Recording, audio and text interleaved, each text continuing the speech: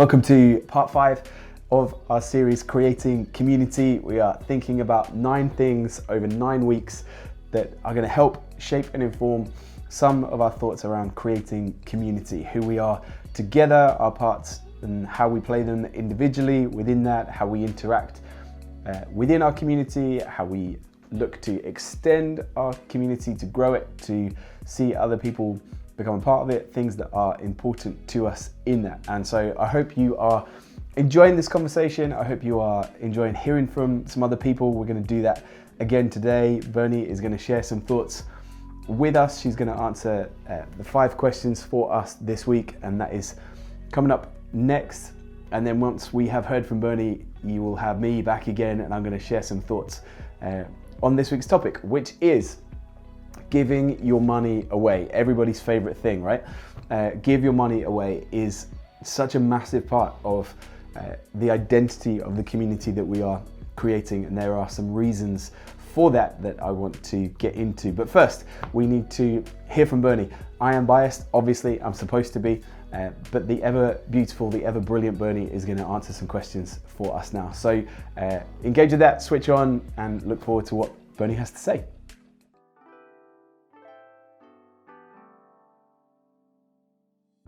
I think being a part of the church community, but sometimes it's a wider community as well. Just when you live in that shared life with people, and people have been, we've benefited from people's kindness and people giving their money away to us. And I guess as a direct consequence of being the beneficiaries of it, it's taught us the value of it and how it can really, really help you, and so it's taught us to want to do the same for other people.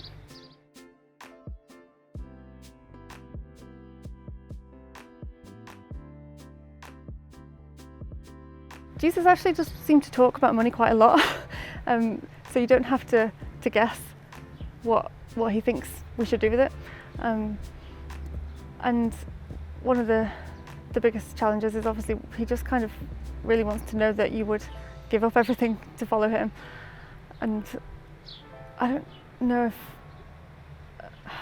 if a lot of us would be able to do that. So it's that constant challenge.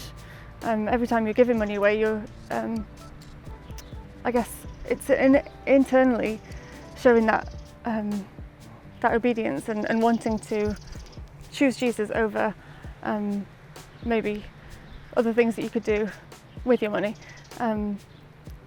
It's not so much a practical thing sometimes as that the action of giving it away, and it's that showing that Jesus is the thing that you want to invest in, and who you want to follow.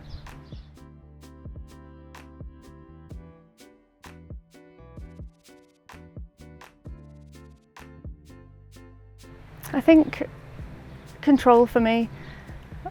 Most of my jobs have involved working with money, and so having spreadsheets and budgeting, and that makes me feel like I'm in control of my life when I know that there's more coming in than there is going out. And that act of giving money away is, for me anyway, really just that giving up that control, and it's just like a statement of faith, I guess. Not to be frivolous or to not plan and budget, because they're good things, but just to know that my trust and my faith isn't in how much, if I've got money I'll be okay, or if we can get a mortgage, or if we can save up, or whatever. It's that trusting God that He is our provider, and it's control.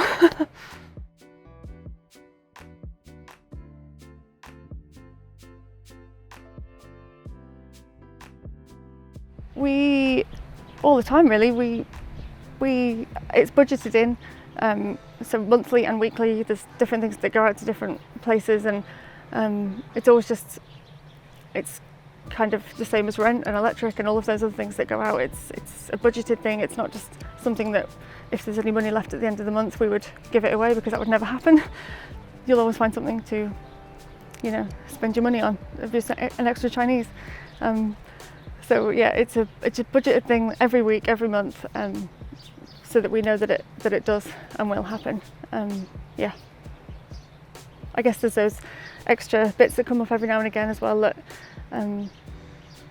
are a bit more, the monthly things can go out without you even thinking about it, but sometimes things come up kind of ad hoc and you can think a bit more deliberately about it as well.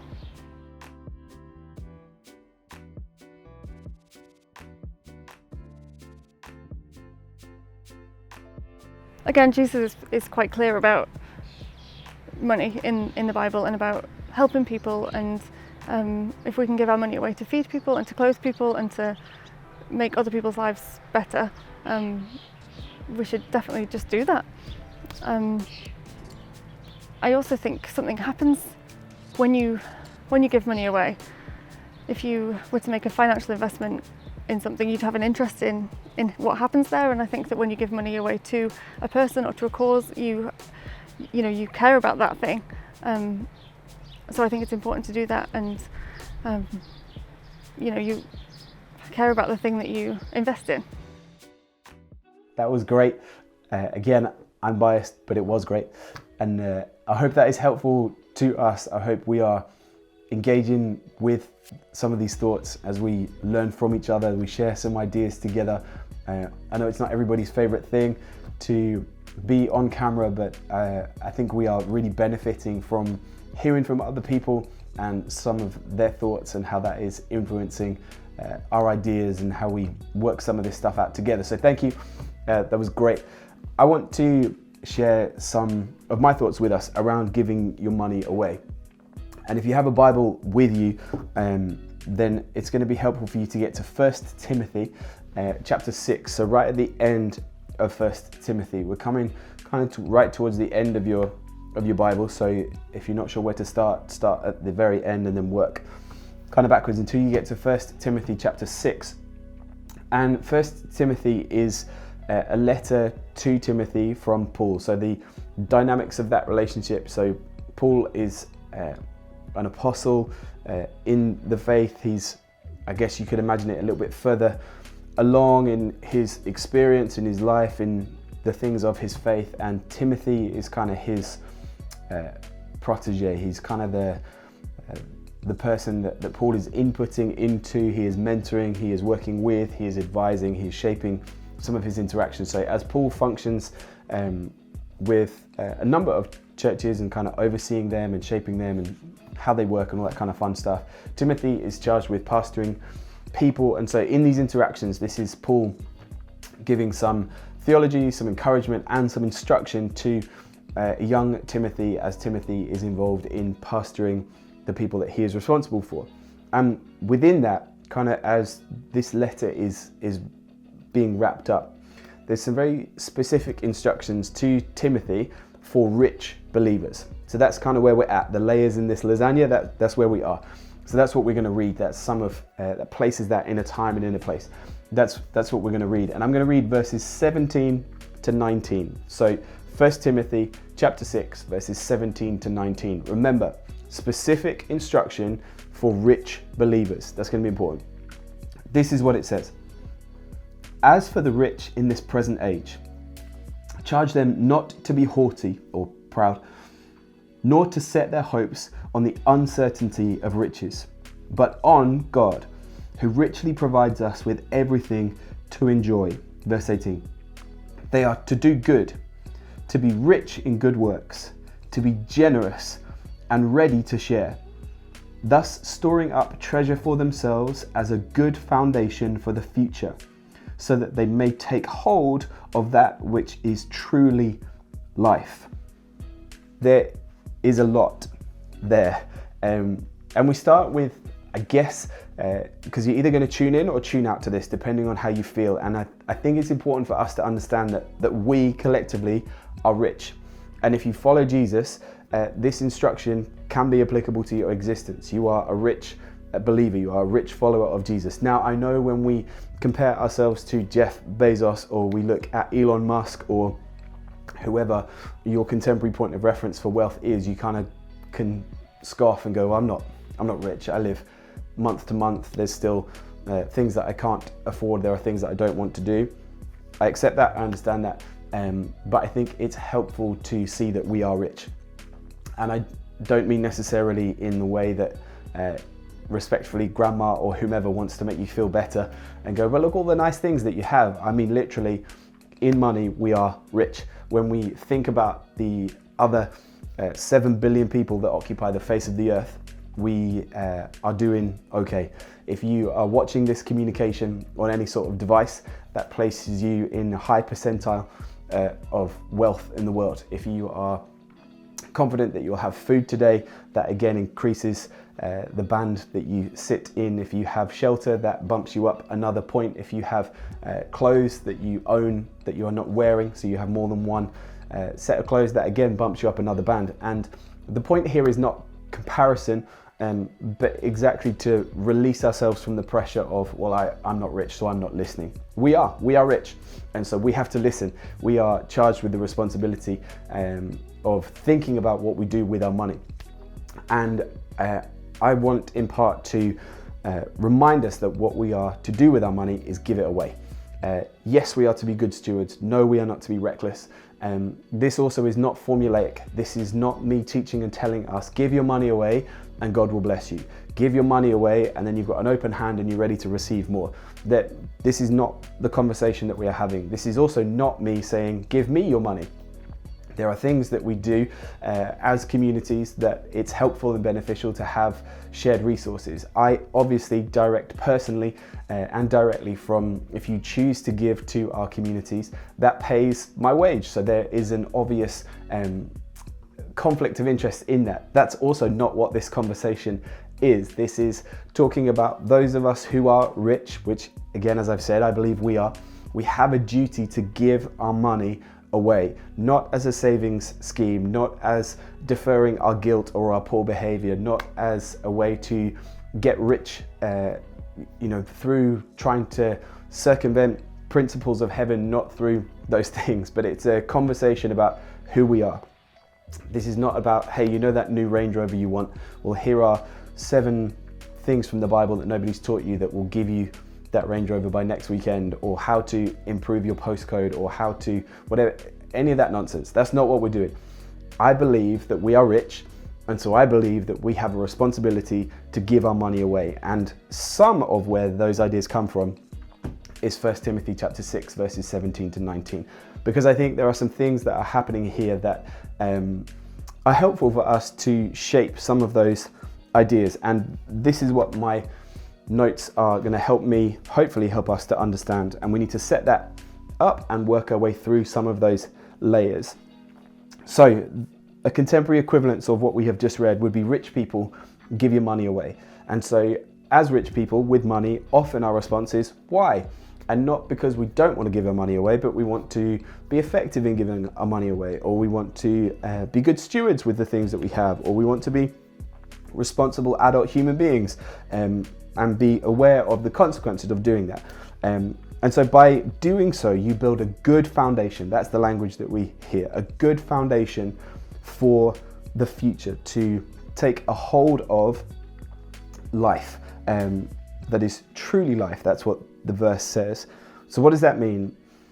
Come with me on this. So if eternity is a continuation, not the beginning of things, so who you were in the past, who you are right now in this moment, and your soul will be forever, then eternity is not something brand new. It's a continuation of something that has existed past, exists present, and will exist future. So if your soul has a past, is in your present, and will continue to be in your future, that means that what we do matters. That means that our actions are important. That means that what we do with the things that we have been given are significant, and these things have an effect on each other. And so the way that you live and the way that we are creating community as followers of Jesus involves our money. We need to think about Matthew chapter 6. Again, if you have a Bible with you in any capacity, then you can get yourself there. If you haven't, or you still get your thumb in 1 Timothy chapter 6, that's absolutely fine. But I would encourage you to engage with Matthew chapter 6 in parallel as you think about 1 Timothy chapter 6. Why? Because as Jesus teaches and tells us as his followers how to pray, there's a line in there that I know we know from verse 10. Your kingdom come, your will be done on earth as it is in heaven. Right, so now let's think about some of these parts that we have out in front of us. So we have our money. Now we have our community, so the people that we are a part of, the awareness of there's a part of me, my soul, that is attached to past, present and future. I'm not the limits of my physical form, but there's something that I believe as a follower of Jesus, that there is a promise that his kingdom is forever, and I am offered a part of that. Salvation is an invitation into God's kingdom forever. So there's a part of me that is attached to my actions forever. Part of me is offered an opportunity to make decisions in the way that I live that will shape my forever. I hope you are coming with me on this. The advantage of this is if you're not, you can pause the video, you can rewatch it, you can share it with somebody else and ask. We can connect with it and around it. That's part of the advantage of this. But we live in a way with an awareness of these things, that God's will is to be done in and through the life of a believer. That means that the conditions of what and how God occupies space can be present in the way that we do the things that we do. If God's will is to be done, then it will be done through his body. That's the church. That's those who believe that Jesus is God, is alive, has made a way for new life. That our preference and priority is for God to have his will in our lives, in the way that we do the things that we do. The conditions that affect our decision making and influence the way that we see life is shaped by those things. So we live in a way that God's will is done. So we are placed in an environment where heaven is influencing earth. Now, what does that mean? Let's try and wrap this up and put a bow on this thing. That means that the decisions that we make have to be influenced by God's will. That means that we need to think about how we use the things that we have. That means that if we're thinking about forever, and we're thinking about a moment where we will be in the place where there will be no more tears, no more pain, no more gnashing of teeth. Why? Because we are dependent on God entirely, and we trust him for his provision, for his protection, where we are seen, where we are known, where we are accepted, where we are secure, where we are significant in Jesus, where all things are being redeemed, where all people, places and things are being redeemed fully for the purposes of God. And our desire, our request, our filter for the way that we live is, God, let your will be done as it is where you are, that it would be like that where I am. And so now my sense of provision is not in what is temporary or what is flaky or what is dependent on circumstance, but instead I'm dependent on a faithful God who is true. Instead of using money as a status to add distance between me and other people, it no longer becomes a tool to weaponize in that way. It no longer becomes a tool to offer myself security or significance. It no longer becomes a tool about establishing who I am or projecting an image or the false sense of security that money pretends that it can give. Instead, my sense of future, my sense of hope, my sense of security, my sense of worth, my sense of value, my sense of interaction with anybody else is rooted so deeply in Jesus that I don't want anything else other than his will to be done in and through my life. And that influences the filter that I have on the decisions that I make. And so I give my money away from this sense of your will be done as it is where you are, so it would be where I am. As people interact with me, God, that they interact with the things of your kingdom, that they see your influence on my life. Remember, this is two believers. This is two people who have made a decision to lay down their preferences and to pick up the will of God. So we've laid down any sense of security in accumulating wealth. We've laid down any sense of status in accumulating things. We've laid down any sense of adding distance between myself and others through what I have versus what they don't have. And that the conditions that places other people in should be abhorrent to the people of God. Poverty still exists in the world because there are people choosing not to follow God's way with the things that we have, and instead of giving their money away, are hoarding it and are keeping it and are reducing resources that could and should be made available to others. And we're not seeing the influence of Jesus in the decision making that we have access to. As believers, that's really important. As creating community, that's really important. Do we believe deeply that people are valuable? Do we believe deeply that people are created in the image of God? Because if we do, we'll live like it. We will give our money away, because it's not about us creating status or security or a future for ourselves. Instead, we are reminded of the future that is in Jesus. That's where my hope is. My hope is not in money. My hope is not in giving my money away that I would then get something back in return. My hope is not that somebody will notice me giving my money away and then pick up my tab. My hope is not that people will think, well, he's a nice guy and so we'll give him a break, or that I get the things that I want in life as a consequence of giving my money away. I give my money away because my hope is exclusively in Jesus.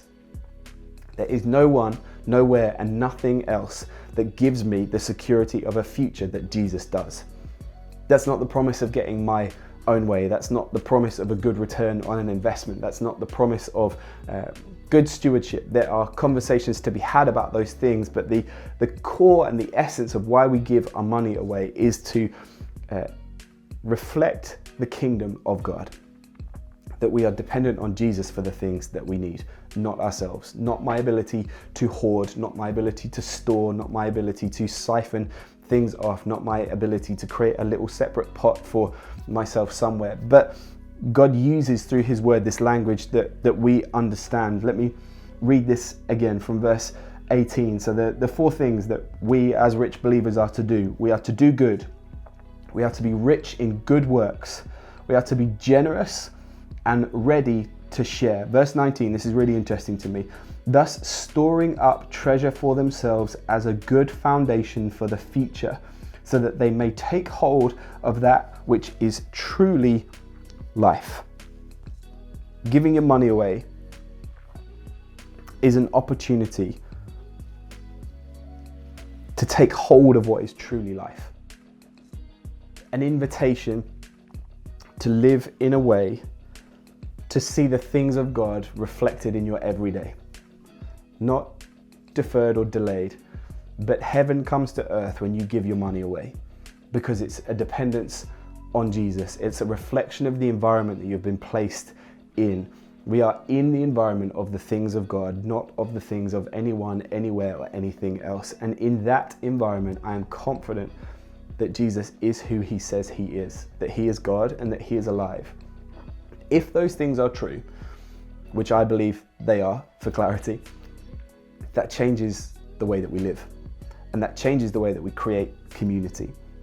And instead of exclusion through those who have and those who have not, there is a different way to see people created in the image of God, that we don't have to be a part of ensuring that poverty continues for generation after generation after generation. We don't have to be party to the inequality that the absolute night and day disparity in finance creates, but instead we can give our money away freely because we are in the environment of heaven while we are on earth. The things of the kingdom of God, God's will being done, and our security in Jesus, our hope in Jesus, our provision through Jesus, the joy of knowing Jesus, the comfort of being in his kingdom, his provision, his protection, through the Spirit of God in us, day in, day out, creates an environment influenced by the things of heaven, and we see it on earth. And so the invitation to give your money away is an invitation to live a different way, and we choose to lay down our preference and pick up the things of God. There's no separation. Let me read this for you. No separation through status or stuff, but instead a way of life dependent on God, built on Jesus, pointing to his kingdom. We take hold of the invitation to life, storing up a foundation for ourselves. And the life that is to come, we can, one commentator describes it this way: it's like digging a ditch and then going to the other side of the wall to see that that soil has been placed and ready to be used on the other side of the wall. The things that it will condition in us to giving our money away prepare us for forever, and the things of God forever, and the ways of God forever, and that will teach and tell us things forever that are important for us to take on our adventure with us through life. If that doesn't make sense, there are too many layers and things going on, or you're not into it, or you're still not sure why we give our money away, please get in touch. I have loads of capacity to have this conversation. There are many elements to this thing, why it's important that we give our money away as part of who we are. So if you want to talk about it some more, I would love to connect with you and talk with you some more about it. Connect with somebody else about it. Read 1 Timothy 6 with somebody this week. Read Matthew chapter 6 with somebody this week. Pray about it, talk about it, get a coffee with somebody and ask what they think about it. Send this to somebody and see what they think. The invitation to a life with Jesus gives us a command to give our money away. Find a cause, find a person, find a place, find a thing, and give your money away. That doesn't have to be the limits of our community of believers. Find people that you can support, find causes that you believe in, find ways to change the disparity of wealth distribution, find things that you want to get behind and use your money for the things of God. Be brilliant, go well, and we'll see you soon.